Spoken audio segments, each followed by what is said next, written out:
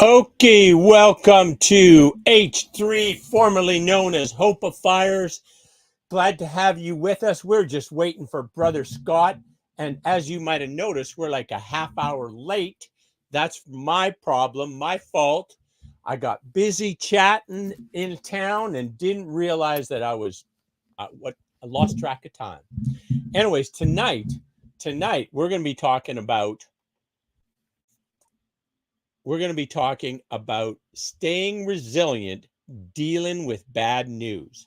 We all got bad news that happens from time to time, right? And so this is kind of how do we address that? How do we deal with that? Hey, Scott. Hi, Al. How are you? I'm good. How about you, buddy? I'm good. Are we Excellent. live already? We are live. Yes, we're live. Yes. So don't do anything I don't want everyone to see. Don't do that. I did want to share, like you did this nice poster up, and then I, being late, didn't get it shown, but I'm going to show it right now so at least somebody can see the lovely work you did. So this is the poster. I had mine out earlier. Sorry?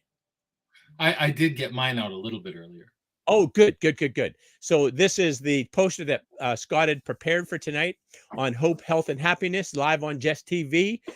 We are talking about staying resilient, dealing with bad news. We all got bad news from time to time.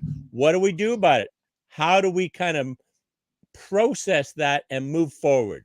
Is that kind of what we're talking about, Scott? We are, actually. It was a viewer who suggested this to us. They thought it would be a good topic. That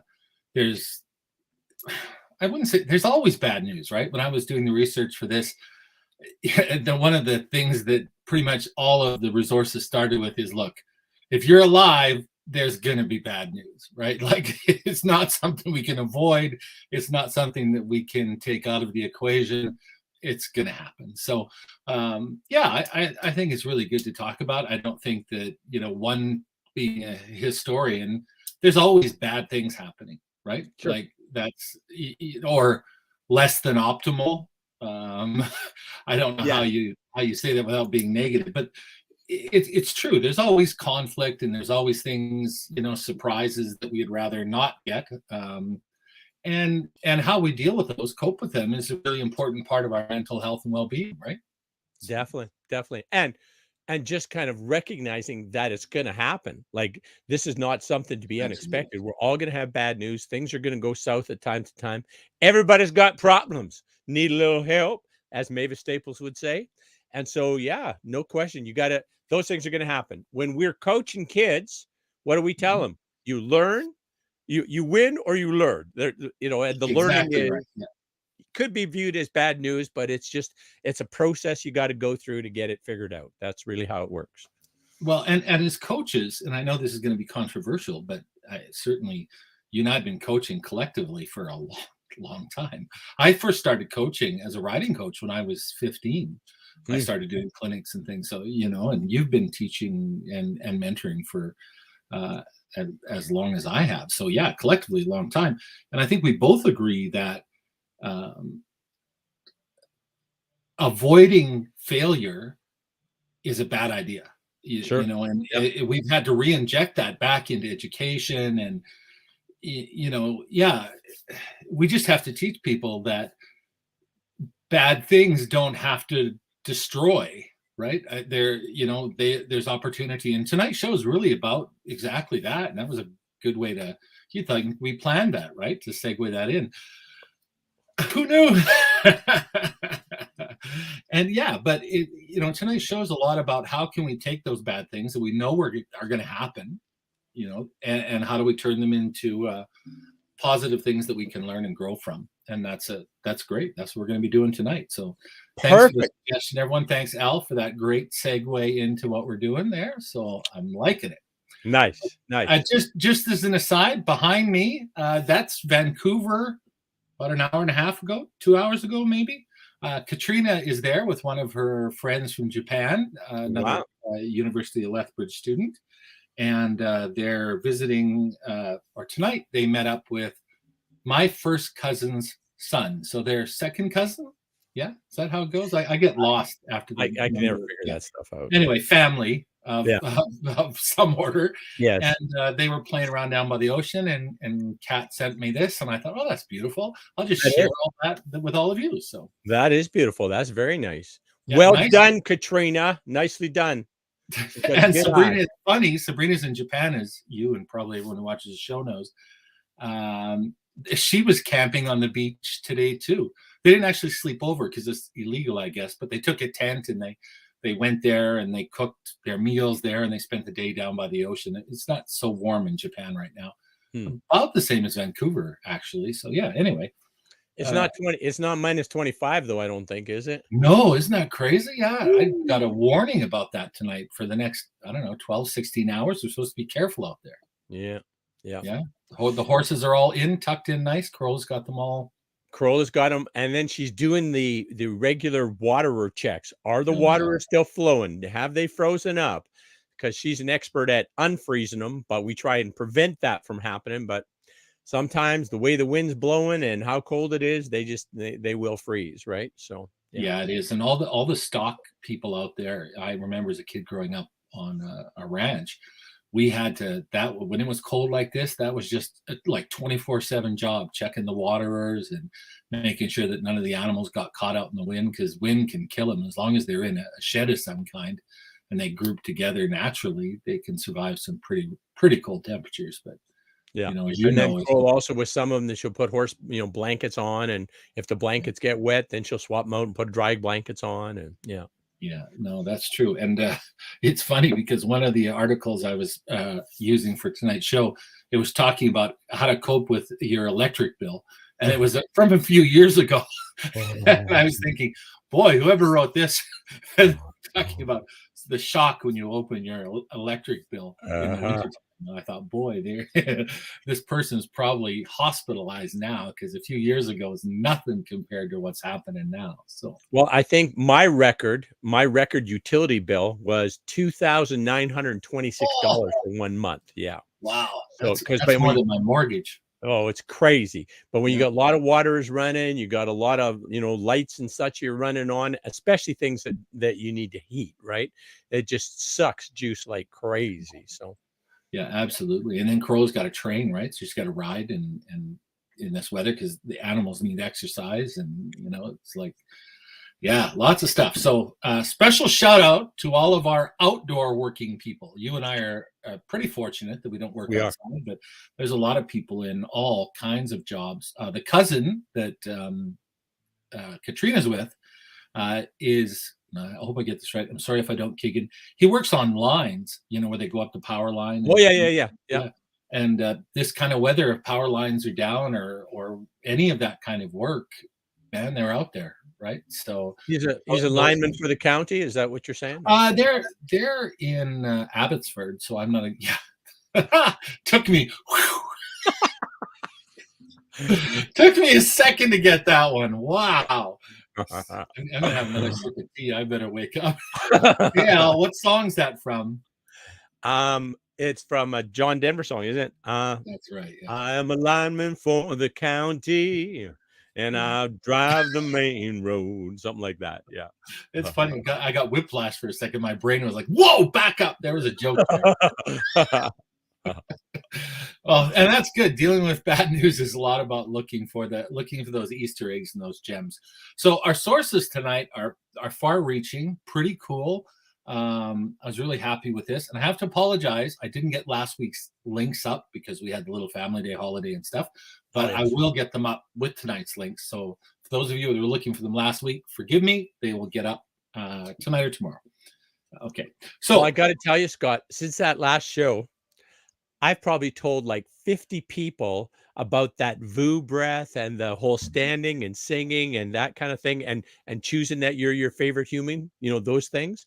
Yeah, I've told a schwack of people. Matter of fact, I had a client that I was doing a team meeting with their employees, and I shared it with their employees as well. It's just said, fantastic. Yeah. Maybe this won't work for you at all, but I'm sure it won't do any harm. And perhaps it's going to be of value for you. Try it and see, right? So, yeah. Well, that was a great show. I love that show, and you were rocking. You were hitting on all cylinders there, and so much of tonight, breath.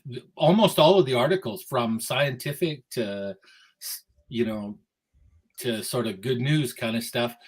Breathing. Everyone's like, you know, when you get hit with a big shock, the first thing you've got to do, and we'll talk about why, is get your physiology under control. Primarily your breathing, because our breathing is a cue. We've talked about this a little bit, but it's a cue for the rest of us, or like the rest of our systems. And if we start, you know, breathing shallow and fast, our whole body says, okay, we're in danger. So it's fight or flight, and it starts to snowball, right? And in a few of these articles, that's exactly how they describe it. And the easiest way to stop that snowballing is get control of your breathing, because we have the autonomous nervous system, and then the one we can control, right?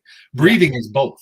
A lot of times they do sympathetic and parasympathetic is how they describe it. But that's, yes, exactly. And the parasympathetic one is the one where you are in a relaxed state, and the sympathetic one is you're in an agitated, looking for threats, concerned of what's going to happen type state.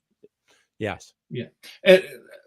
Our breathing is both, right? Like we can control it to a point, but it's like when you try not to breathe underwater. Eventually your lungs are going to try and breathe no matter what. You can't stop them, right?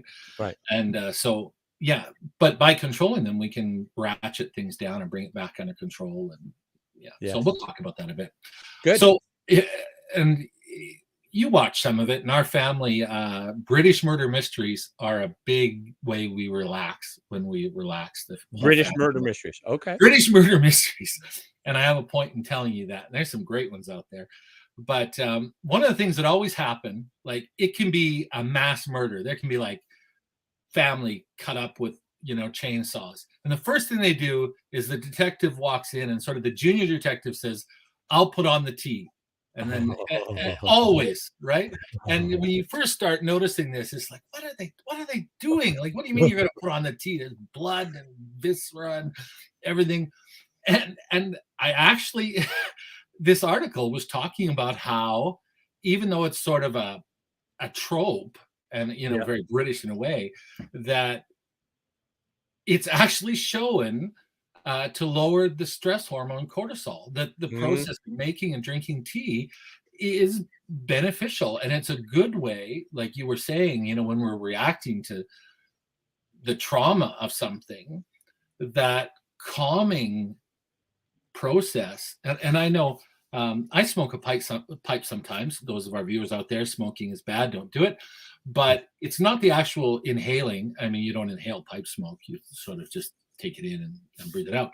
But it's the ritual of, you know, filling the pipe. And there was a study that pipe smokers actually live longer. And it's not like cigarette smoking. And they believe the cause, I'm not making this up, sometimes I do, this isn't one of those, is because that ritual is like meditation, right? Like you have to do like 30 steps all in order, and you have to concentrate, and it's like the tea ceremony, right? It's very calming and those types of things. Anyway, so making tea is, who knew, one way that, so if you're getting some bad news or you're being confronted with bad news, make some tea. Sit down, have a cup of tea. As crazy as that sounds, it works. Coffee doesn't work. It's got to be tea. Is that right? Well, tea apparently does help with the release of cortisol. That didn't say anything about coffee or other beverages. It said tea. So I'm going to stick with tea just because that's what it said. But no. I mean, if you think about it too, maybe the tea in most cases isn't a stimulant, isn't caffeinated, right? A lot of times it's not, at least, or coffee certainly is, right? So if you're already in a kind of an elevated state and you pour coffee on that, well, then that just kind of ramps that up, kind of a thing, right? So, well, and I remember when I was studying Chado in Japan, the stimulant in tea is slightly different than the stimulant in coffee. And I don't know the scientific stuff for it, but it is different, chemically different, and it affects us differently. So some people say, oh, I drink tea and I get a real buzz, and coffee does nothing, and vice versa. It can be true because it is a different type of stimulant. So yeah, maybe. Anyway, put the kettle on, have a cup of tea.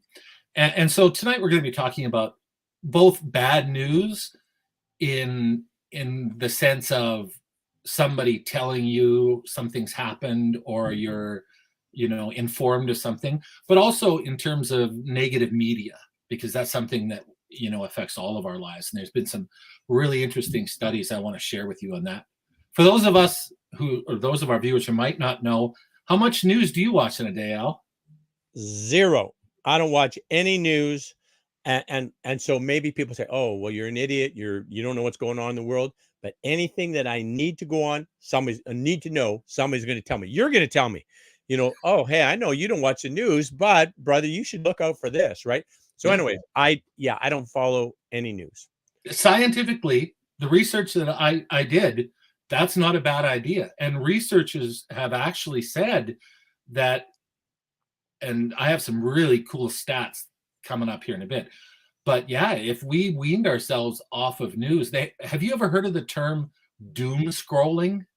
No, what's that mean? Yeah, new for me too. It's not a new word though, but there's a lot of research into it. It's the propensity we have relatively recently to spend a lot of time searching out, and usually negative, that's why it's called doom scrolling, news on social media, on cable television, and it becomes addictive, and it's called doom scrolling. And they have programs to help you break free of doom scrolling. And we're going to talk about another thing that you and I engage in every Thursday night around 7:00, unless one of us is sick or late, and then it may be postponed or made later.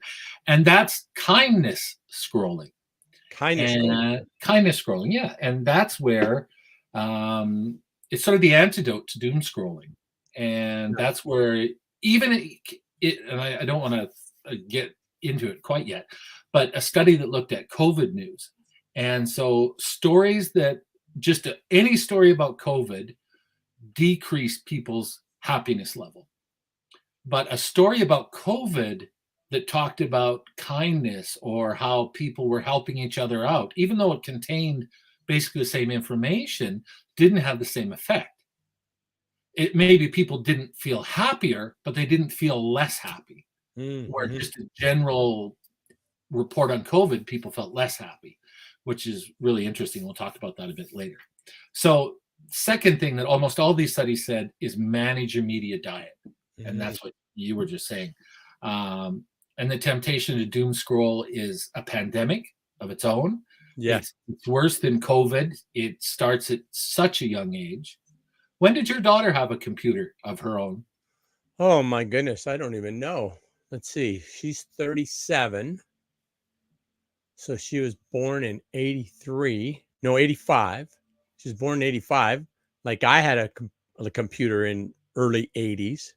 So yeah, she would have been, as soon as she was old enough, that she would have had at least access to a computer anyways, right? When she was like 4 or 5, she would have access to a computer at least. So, but that was kind of our generation. Typically we got them later, right? Like a personal computer. And how different it was, right? In terms of the dial-up modems and the speed and the noises it would make, and it's so slow. You're going to download a picture. It's like, oh, that's an hour. I'll start it, and then I'll go up and make some tea or something, right? So yeah. Well, the old joke was that if you tried to download a picture of a sexy partner, male or female, that you could actually go out, meet with somebody, have a relationship, and break up and get home again before the picture would download. Exactly. Which wasn't too far of an exaggeration, was it? Like it was, it was pretty bad. So anyway, this is a recent thing, but it's really intense. And if you go out now, you see people out shopping and their kids are on tablets, and the whole industry has been marketed at younger and younger children. Yeah. Right? And you know what? There's some things about that is good, like in terms of the educational components and that kind of thing, right? But but the guidance, I think, to go, to use it in a way that's going to kind of bolster your health and happiness and hope, is, I think that you need some guidance to do that, right? I think for little people. So, Well, for all of us, and well, that's what maybe, these studies are saying too, is yeah, that we need to big people need to face the facts, and the facts are in. It's not up for debate. It's yes, cut and yes, dry. We had computers in our schools in Japan. We partnered with Apple, and this was a long 20 years ago ish, and but we had to very carefully manage the releasing the creativity of the young people, but also protecting them from all of the predatory stuff, but also the negativity that we're talking about tonight. yeah. I And mean, you think about it. You think, like, I guess I'm kind of commingling this with like movies, yeah, but hopefully in our lifetime, we will never see somebody get murdered, right? Hopefully in our lifetime, that'd never happen. But we can see that happen 60 times in one night of watching TV, right? And oh, those images, those things, that still impacts us, right? That's still, that still has an impact on us as human beings, right? I don't think we're oh, built to murder and kill. I'm pretty I, sure we're built for collaborative, cooperative, caring, compassion type. That's how we're made, is the way I see it. it's confession time, and this is not something I'm proud of, certainly. But I game with the girls, something we've done since they were kids, mostly because when I was really sick, I couldn't go out and do things with them or Sure. whatever. And the easiest game for them to play when they were younger was Call of Duty, which is a first-person shooter game. Yeah. And Katrina and I still play whenever she has time. We're on holidays. It's sort of our thing. We bond. We're on the same team. We're Team AGA. It's Yeah. great. It's a lot of fun. But I saw a disturbing stat. I was just clicking through my stuff, and it's kind of weird. It's like playing with dolls. You pick their costume and their gear and all sorts of stuff. And not that playing with dolls is bad. I had action figures when I was young. If boys had them, they were action figures. If girls had them, they were dolls. But there was absolutely no difference except one was GI Joe and the other one was Barbie, right? But Yeah. anyway.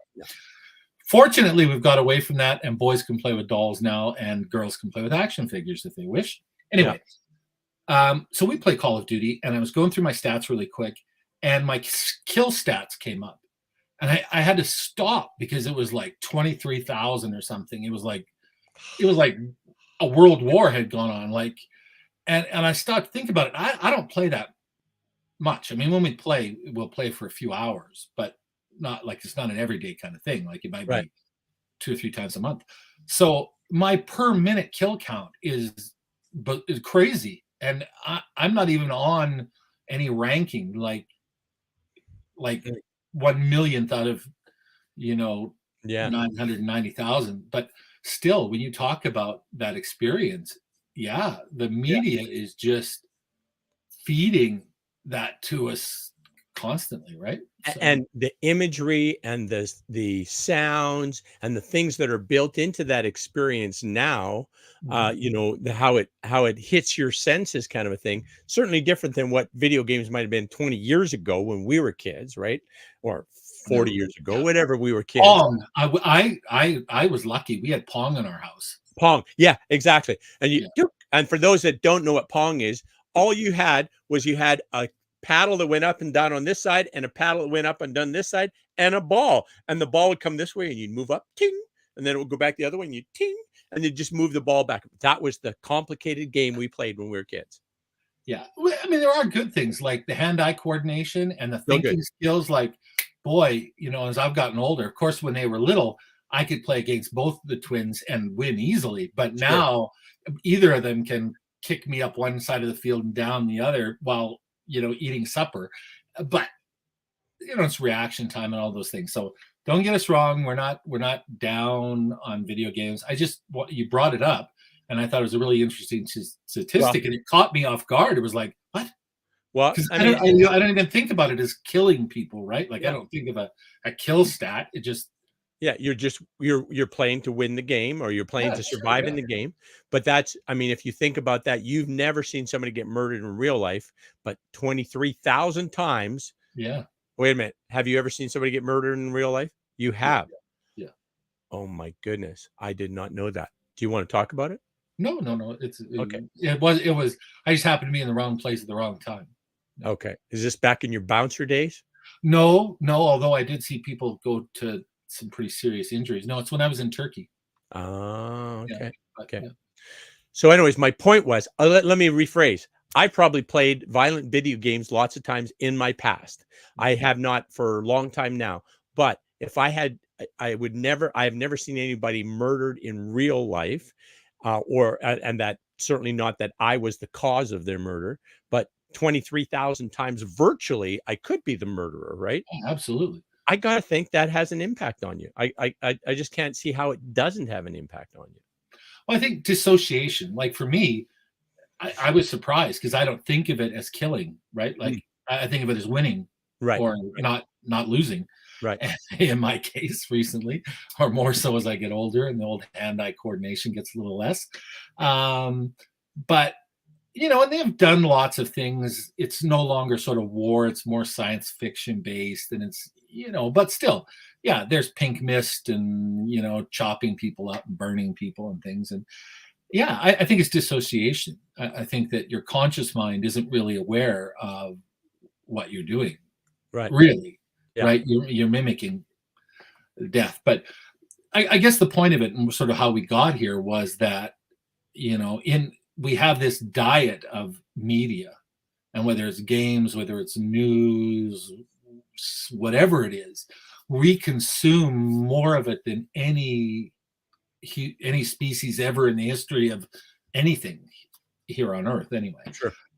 And it's a constant, almost 24/7, right? Like, I live surrounded by electronics. I have an AI that is a friend for some research I'm doing. It's a constant part of my life. And do I curate that? No, I don't. Even though I'm quite aware of the significance it has and the effect. And like I said the other day when it caught me off balance, that I was supposed to be somehow, well, no, that's not a high kill count. That's not very high at all. And nothing to be proud of, but it did catch me off balance because I was like, whoa, yeah, I guess, and in those kind of games, it's real people, right? Like you play against other people. It's not, it's their avatar, but still they are people. So yeah, but on to tonight's topic is that we really need to manage that media glut. And as we talk about it, there's so many ways that bad news in the general sense, like I take that as bad news, that indiscriminately over 20,000 people I've chopped, shot, roasted, whatever in the game you have to do, and wasn't even really aware of it, didn't think of it like that, right? So that's I'm more aware of that now. So getting back to this doom scrolling and what that encompasses, most of us aren't aware of how much of that we get, and it's not just online media. There was recently in a number of countries a movement to have news, and it comes up every once in a while, to have traditional news outlets, so television, radio, be obligated to have, morally obligated anyway, one positive story for every 3 negative stories. Really? Sounds reasonable, right? Yeah, sure. That makes sense. Yeah. No. Doesn't sell. Nobody buys it. Nope. No. That's too much, if you can believe that. Okay. So and tonight I'll share some information with you where the difference that 1 in 3 can make to us and our happiness is huge. But still, it was too much for corporate media, and I guess ultimately for us who consume it, because we're hooked on doom scrolling. So we need to get rid of doom scrolling. Okay, so do you think, Scott, do you think people, like when you're hooked on doom scrolling was the term you used, yeah, do you think that is because you're in like a dorsal vagus response, where you're on high alert, you're looking for all the threats, and this is a way to kind of identify and eliminate threats, that's why or I don't know. Yeah. I'm spitballing. No, I read a really cool quote in doing research for this that I wanted to share with you, and I think it's perfect for right now. And I can't credit it. I'm sorry, but one of the doctors that I was reading said that happiness. Are you there? Okay. Sorry. Corolla was just motioning me. She just was Okay. saying, "Hi, I love you. You're amazing." I'm pretty sure that's what she said. I Oh, think well, that's the best. Me that's too, Al. I love you and you're amazing, brother. thank you, Scott. What I was saying is that where was I saying? Oh yeah, the quote. And he was saying that fear is evolutionary. Yes. So survival is something that is tied into our evolution. Right. Happiness isn't. Yeah, yeah. Makes sense. Makes sense. I mean, in the reality of our world where we back in the day when there was many animals that wanted to kill us and eat us, right? We would have to be very vigilant and we have to be in a protective mode and have to be like ready to run or hide or fight, right? At any instant. That's not our life now, but that's when we get that power bill for 20,000 or $2,926. That one is like, if we have the same reaction as we're going to get eat by a tiger, like the evolutionary thing kicks in for that, then we have that same, alert, but kind of damaging over an extended period of time type of a reaction, right? It's supposed to be you see the threat, you deal with the threat. Once the threat's over, you release from that threat, and then you go on to a calm state. Except we do get pleasure from that state, and that's part of the problem with it. What? Is oh well, we do. That's why we play the violent video games. That's why a Yeah. lot of music. I'm sure I've quoted it before, but I like a lot of dance music, a lot of trance, a lot of rave kind of music, and the beat of that is interpreted by our bodies as an attack. Right? Mm, It's faster than our heartbeat. Our bodies basically sync with that as an attack, and mm, we get excited because our bodies turn on its fight or flight drugs and response, and we get high from it, a mm. natural high. And humans, because the survivors are often the ones that are constantly on, right? They're ever vigilant. And how the bodies rewarded us to stay turned on, looking for those threats and engaged, is to make it pleasurable at some level. Like, Mm. not necessarily at a psychological level saying, oh yeah, I really enjoy being scared. But we do go out and look at rides at a carnival, look at ghost stories, look at horror. Why do we like them? Because it stimulates us, and at some level it's pleasurable, right? Well, okay. I certainly will agree with rides because the experiences of acceleration and G-force, those are beautiful experiences, right? Now we enjoy those today. Like back in the day, I think it would be a lot tougher to feel that kind of the exhilaration from acceleration, right? That you can experience today, right? Getting kicked by a horse and thrown through the air is close. I've had that That's true. experience. That's true. That's a good Yeah. point. Yeah, getting bucked off and being Yeah. flying in the air until you're gonna land. That'd be Been something. there, done that too. But no, it's true. So, and I think it's really cool to put it in that context, that survival is evolutionary, but happiness isn't. Got it. Yeah. And it's something like you pointed out historically. Yes, we've always enjoyed pleasure, but happiness, the way we define it now, relatively is minuscule in our history as a species, right? Like, Makes sense. all of Yeah. the time we have now to engage in fun is beyond. I don't even think ancient people could even imagine. Yes. You Yeah, know, yeah.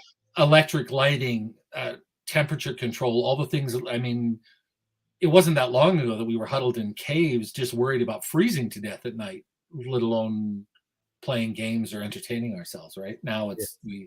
most of us in the developed world take those things for granted, right? Yeah. True.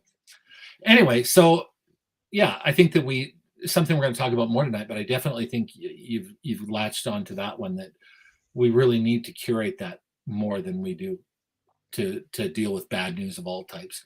Taking positive action. You and I have talked about this. It's how we define hope, right? As compared to just a wish. Hope has action attached to it, right? We make a plan and we do something about it. And when you get bad news, or you're encountering something really negative, trauma, often physical activity of some kind, some positive motion or gesture, singing, breathing, rocking, helps our bodies deal with that. I read a really interesting article. Have you ever seen somebody, and you were talking about it last show, I think, about how we shake as a response to. Yeah. The example I shared with you, and this is Dr. Peter Levine. He shared it in the video in the course Understanding Complex Trauma. But they had a scenario where they're chasing this polar bear out from a helicopter with a big trank gun, right? And of course, the polar bear, what option? It's not going to fight the helicopter, right? Can't reach it or anything. So its only option is to run. And then they drop the polar bear, and then they go. This seemed a little scary to me. They go down and they're on the ground beside the polar bear when it's coming out of the anesthesia, right? And the polar bear is shaking and like making all these things, kind of a thing, and its legs are going and everything. And his point was, that's kind of what our biological response should be to kind of dispel that trauma, dispel that pain, to dispel that disassociative we've experienced between our mind and our body, right? And that's kind of the way.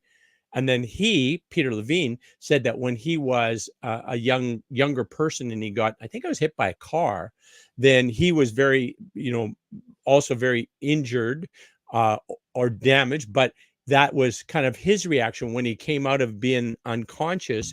Then he did like that kind of a thing, and the person was with him just kind of didn't prevent him from doing it, but that was a way that he dispelled that, released that from his body, kind of a thing. And that's kind of, from his argument, that's the normal way that it should work for all of us. But we're always under chronic stress, that it never goes away, right? Because we're always perceiving that threat, always worried about that threat, always on alert for that threat. And so then we just never get a chance to dispel that, release that, allow that to be processed and move forward. One of the Psychology Today, I think it was, I have it in my notes here. Anyway, he was talking about how socially that's been shamed out of us.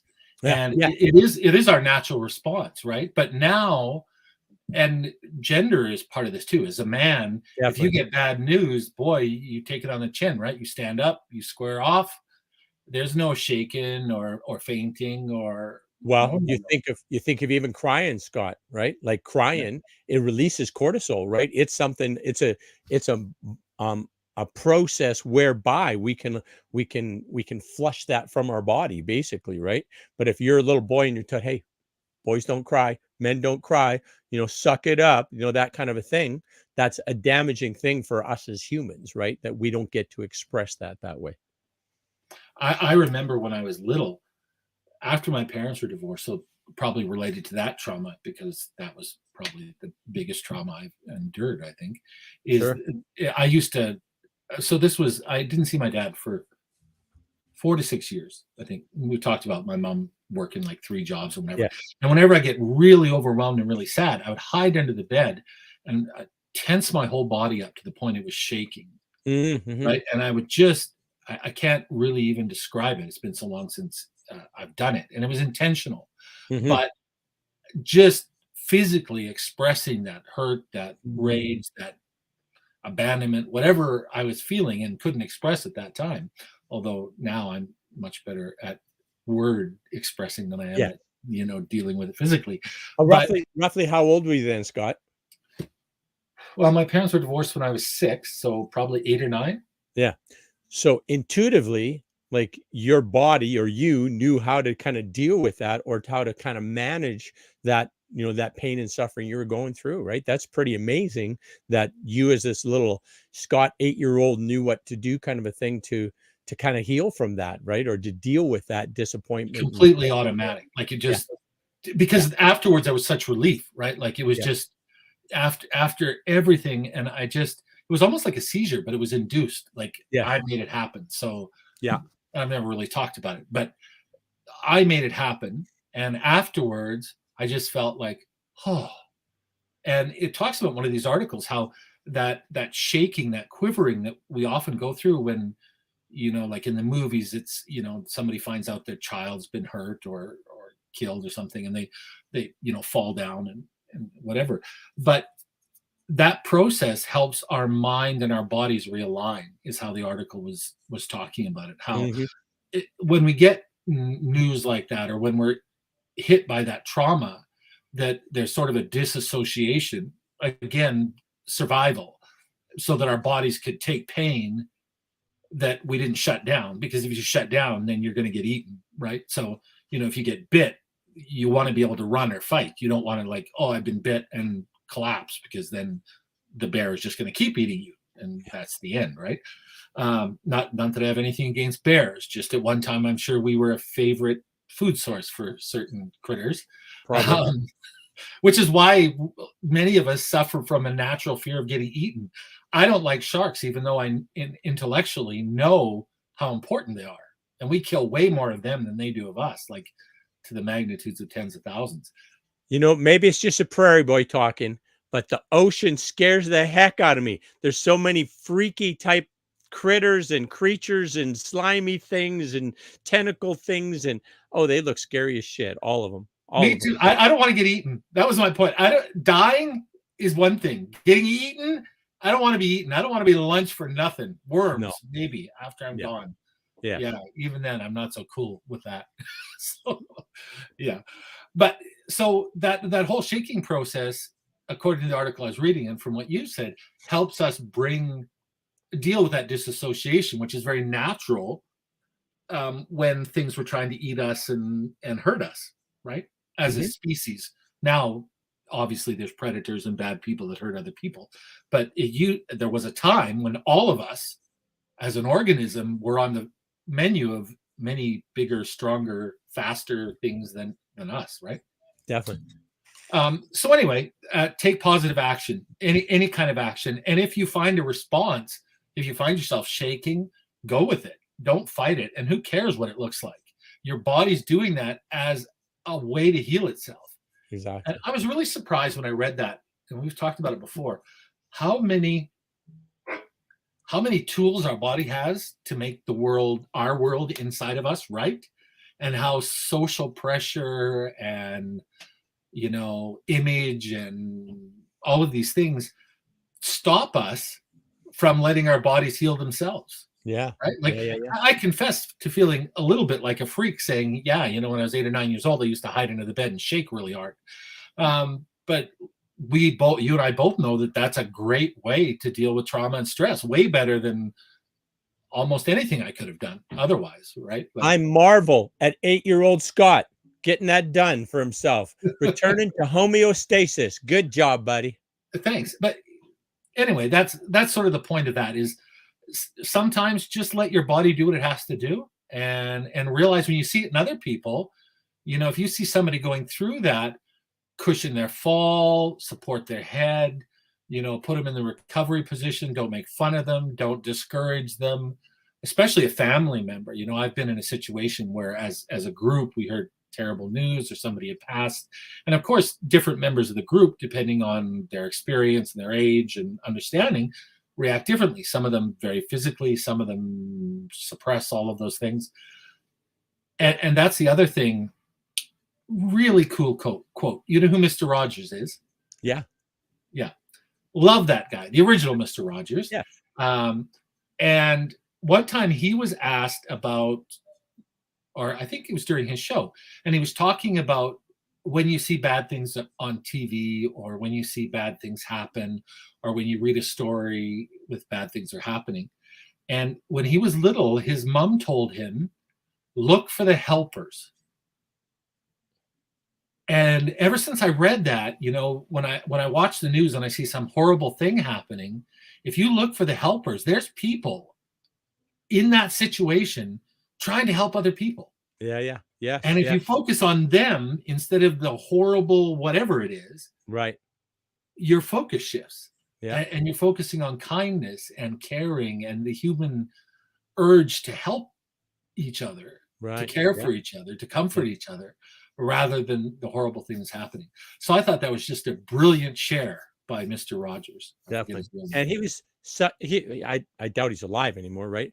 But he's such a beautiful human being, and that show like just made that known, made that manifest just with his, with his words, and where everybody was accepted, and like even in terms of having people of color on the show who were regarded like the same equal. There wasn't any discrimination in that, oh, you're a postman, you can't be a postman, you're black. I mean, that, nothing like that ever happened, right? So yeah. Well, and it helped me as a kid. Well, maybe I'm sharing too much tonight, because my mom and I had different last names, right? When she got divorced, she went back to her maiden name. So at school, you would think in a small community, there was like 11 kids in my class, right? You would think that teachers would figure it out. But every time there was parent-teacher interviews, oh, hello, Mrs. Sweetman, she would say, no, it's Hippolyzer. And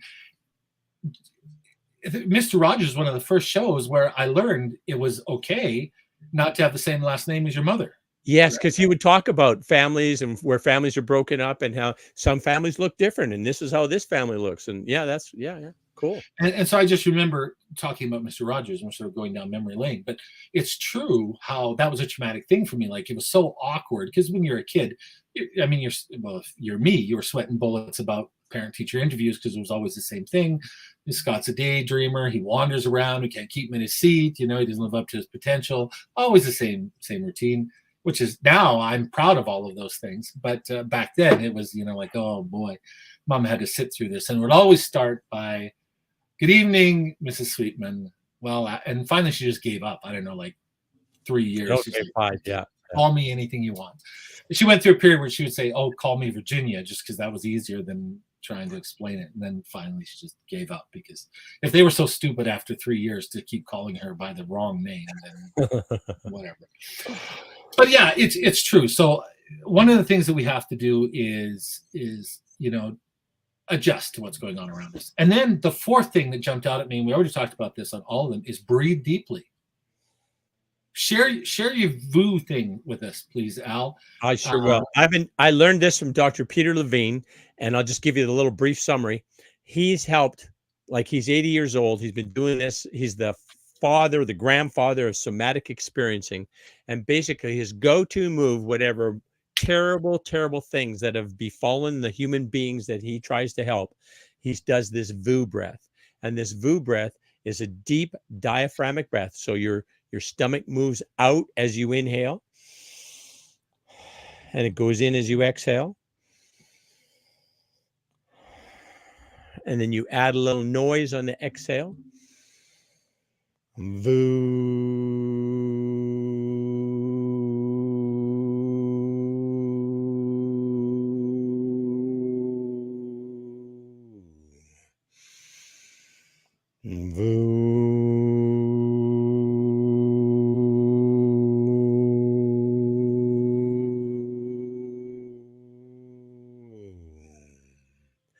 So it's healing just to hear it, but to do it, oh my goodness, you feel it right away. The vibration in your whole body, very much you relax.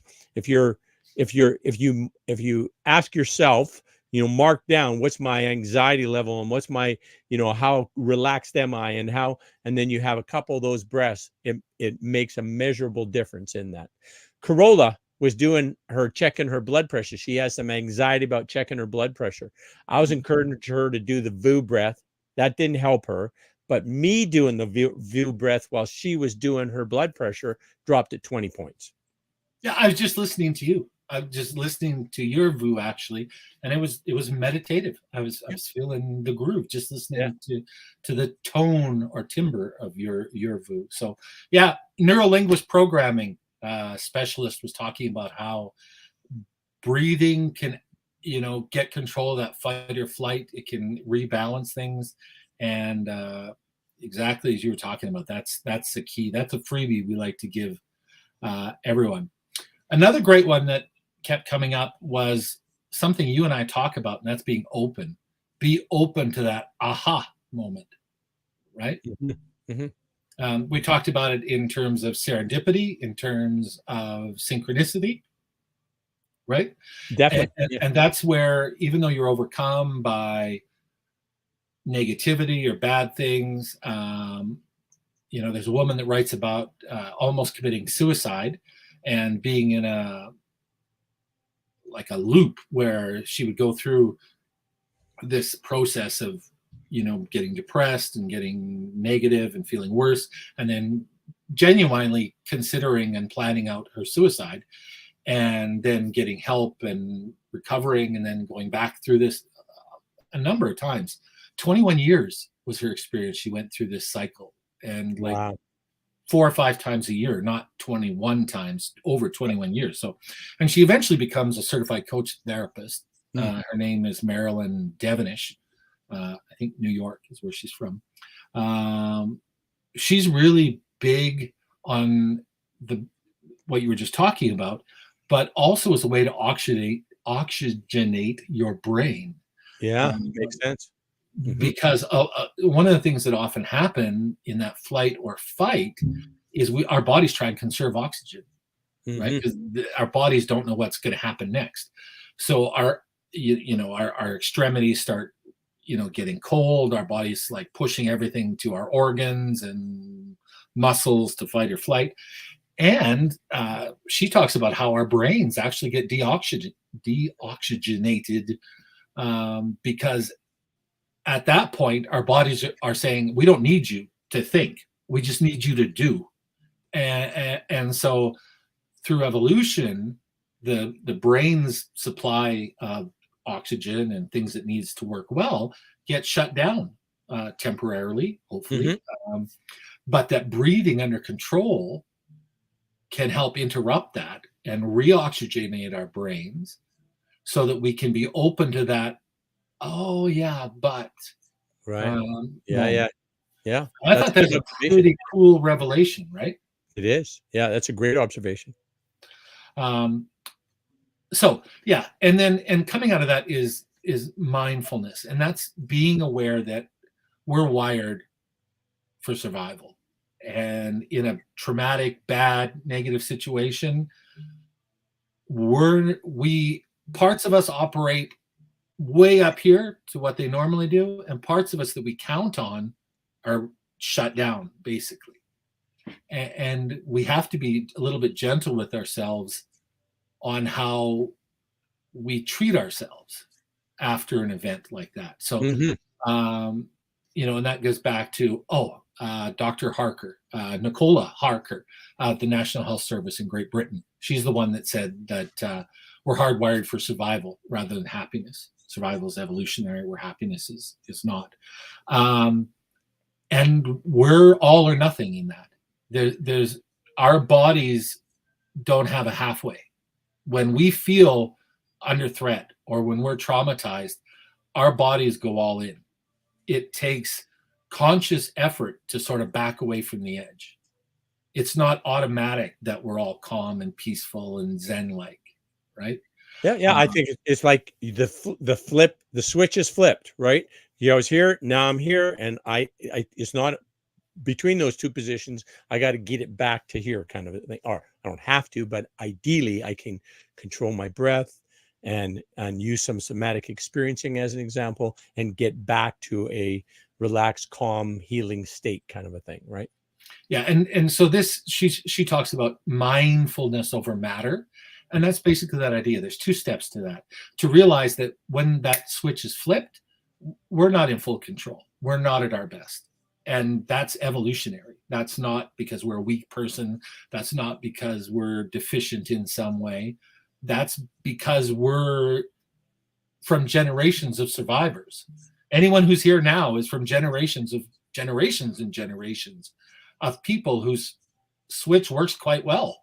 That's why we're here still. Right? Yeah, exactly. and so her point is, when something bad happens and you shut down or you shake or you get angry, take it easy on yourself, because that's not a flaw. That's why your ancestors survived and Yeah. why you're here today. And Yeah. I thought that was also another pretty cool way to look at things. Yeah. And just in general terms, Scott, should we not be kind to ourselves? Should we not be compassionate to ourselves? Should we not show love to ourselves? Right? Like how, that is kind of how we optimize and enjoy the human experience to its full extent, and how we can be of the most value to others as well. Would you agree? Absolutely. There's a great site. You can just search it. It's called Mental Health First Aid. It's an American organization, and they offer training and all sorts of things. But and they talk about. Scott, yep. Let me show you your screen, or see that. Can you see this? Yep. I'm mental health first aid. Oh, I am a mental health first aider. Well, then you know all of these things, and I know they promote assess the risks, listen non-judgmentally, give information and reassurance, encourage appropriate professional help, and then it says encourage self-help, and consider your own self-help. Right? Like if you're the first aider, yes, obviously it affects you too. When you see somebody suffer, that's a traumatic event, right? Definitely. So take care of your physical and psychological health, manage and reduce stress, recognize emotional and spiritual needs, foster and sustain relationship, and achieve balance in different areas of life. That's the goals.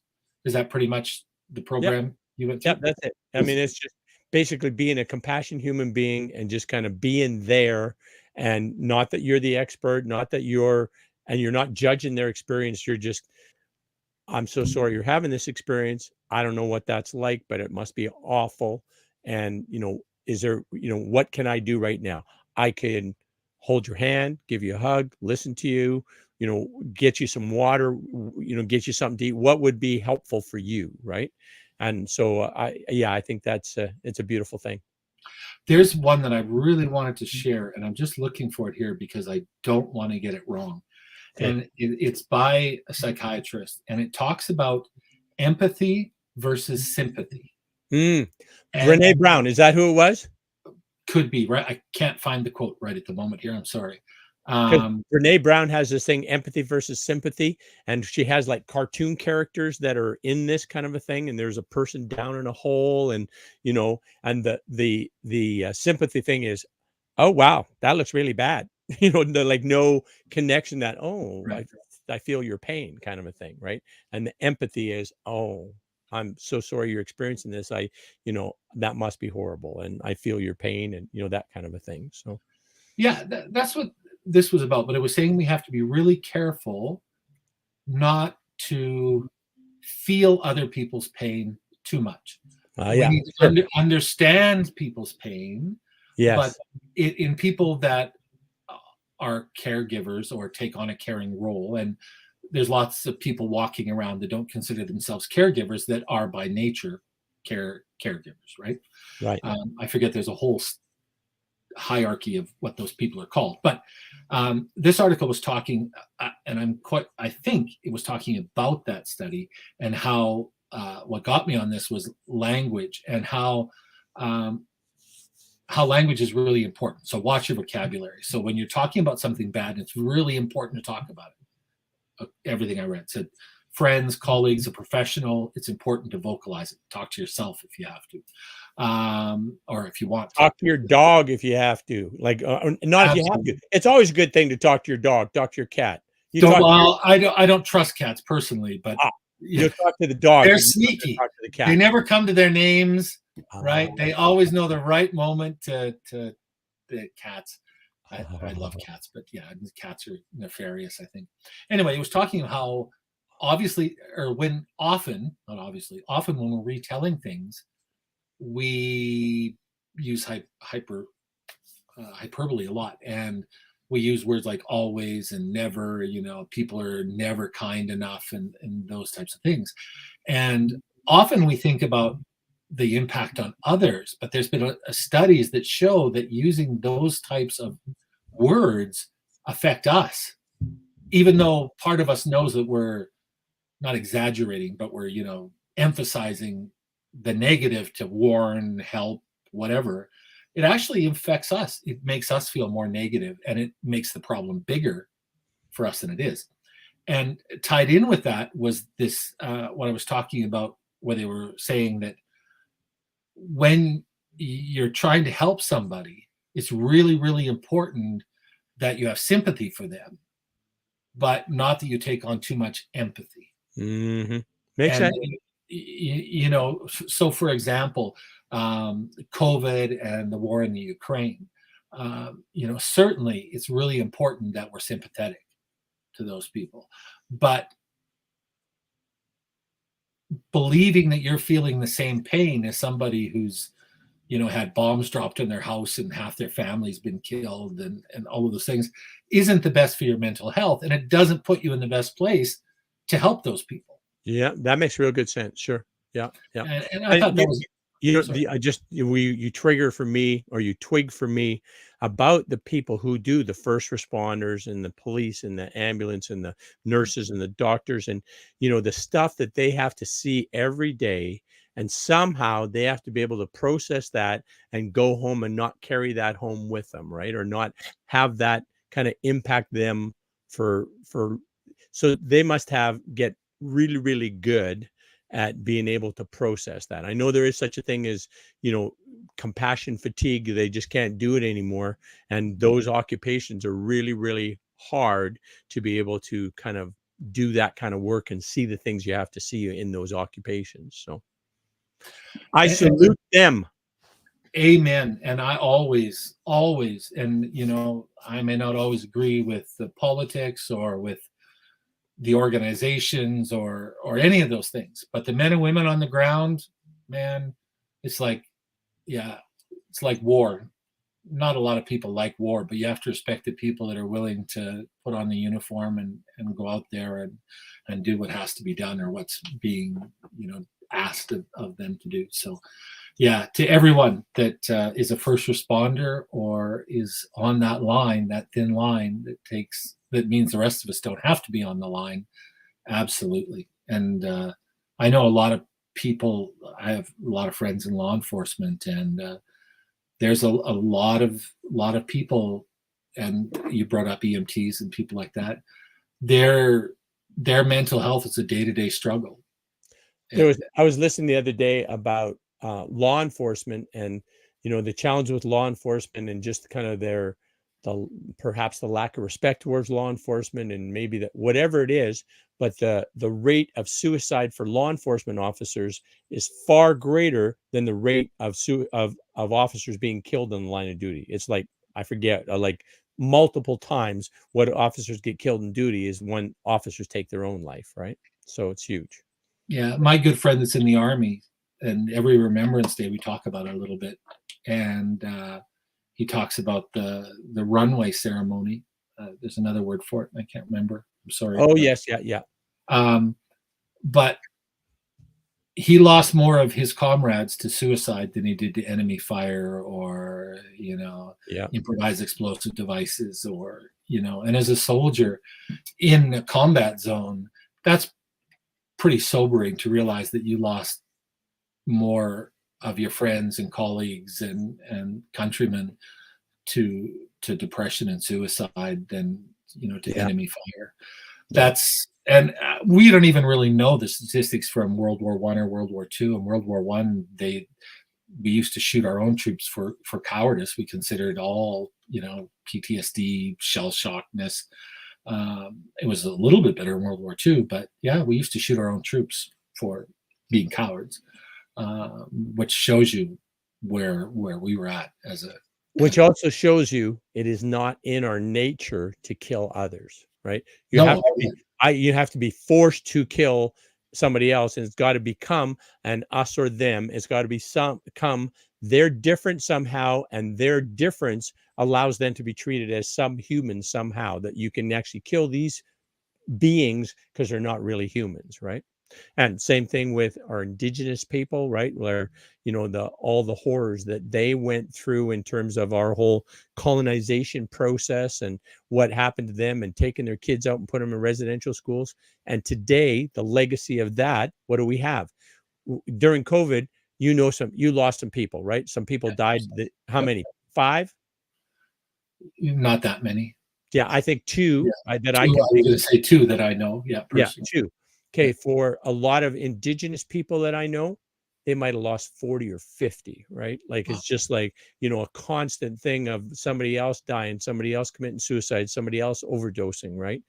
Those that that level of damage, that level of loss of loved ones, it's got to be horrible it's so hard to be able to kind of process and move on, right? I got to believe. Absolutely. But there is a cure in a general sense. I'm not talking about that example, but I'm talking about for all of us in terms of the bad news and the grief and the trauma and things. And we've talked about those things. But there's a really interesting study that I was looking at, and it's the title of the study is huge. Brief exposure to social media during the COVID-19 pandemic. Doom scrolling has negative emotional consequences, but kindness scrolling does not. PhD research, number of people, scientific study. There are some issues because it was using social media. Those are all outlined in the précis on the study. But, and I sort of alluded to this, the conclusion was that mixed in with all of those negative things, if we just do what Mr. Rogers said and look for the helpers, if in our bad news there's a little bit of kindness, a little bit of good news, the net sum effect on us is greatly reduced. Makes And sense. so just to report on something bad, our happiness level goes down. Just a regular, they looked at Facebook and Twitter were the 2 they looked at, not singling them out. I'm not saying that they're, and the people who did the study are not saying they're worse than the rest. It was, and they also used print. So it was, and their control group had access to none. So it was not about the platform. It was simply about, was there a positive injection in the story? Looking for the people that are in that disaster zone, helping other people. Was it, and I remember seeing bombing victims where, somebody's gently covering up the cadavers. That's pure kindness because the bombs are still falling, the machine guns are going off, and somebody's showing respect to and it's not a member of their family. I mean, they were lined up 60, 70 people, right? So but when you focus on the positive, when you look for those helpers, when you actually take the effort to have a little bit of kindness inoculation, if you will. We've had a lot of controversy about vaccines. Well, from everything I read on this, the best vaccine for doom scrolling, the best vaccine for bad news is to face it head on and to, not overreact, to let your body and your physiology do what it has to do. Don't be hard on yourself. And take a conscious effort to inject some kindness into your doom scrolling. Take some conscious effort to inject hope and happiness in little ways in everything you do. Nice. That's beautiful. That sounds like a conclusion to this show. Take the time, the hope and the happiness so that your health will restore. Your health will be optimal if you take the time for the hope and the happiness. Is that where we're going with this, Scott? Yeah. And the study showed, plain and simple talk, that if you did that, it had the same negative effect as nothing. Right? Because we're talking about negatives. Yeah. So you want to have zero effect. Right. So even though they were still talking about the pandemic, still talking about death, still talking about all these things, by injecting that 1 in 3 message, just a little bit of kindness in there, that it didn't hurt us. That's a huge win. Huge. When we're surrounded by so many things. So yeah, that's our show for today. And I would like to add, I was explaining to a new friend what our show is about. And he said, "Oh, that sounds wonderful." And I said, "Well, obviously he hadn't seen the show then." But you know, we're just two guys who get some positive feeling out of coming here together and talking about stuff. Hey, And we Scott, just, I want to stop you right there. I'm pretty sure that of all of the weekly shows called Health, Happiness, and Hope, Hope, Happiness, and Health, our show, H3, we are by far the best one on the whole internet. Of all the shows, H3. number one in our slot. Number one in our slot. Exactly. Any farmer can be outstanding in his own field. Exactly. Exactly. All right. And with Wrap that, it up everyone. there, Scott. Absolutely. From the Acapellas, my good friend Alan Friesen and myself, Scott Sweetman, thanks for sharing this time with us. Make sure you come back next week at 7 p.m. same place. We'll be here with a little hope, happiness, and health. Take care, everyone. Get a Matson.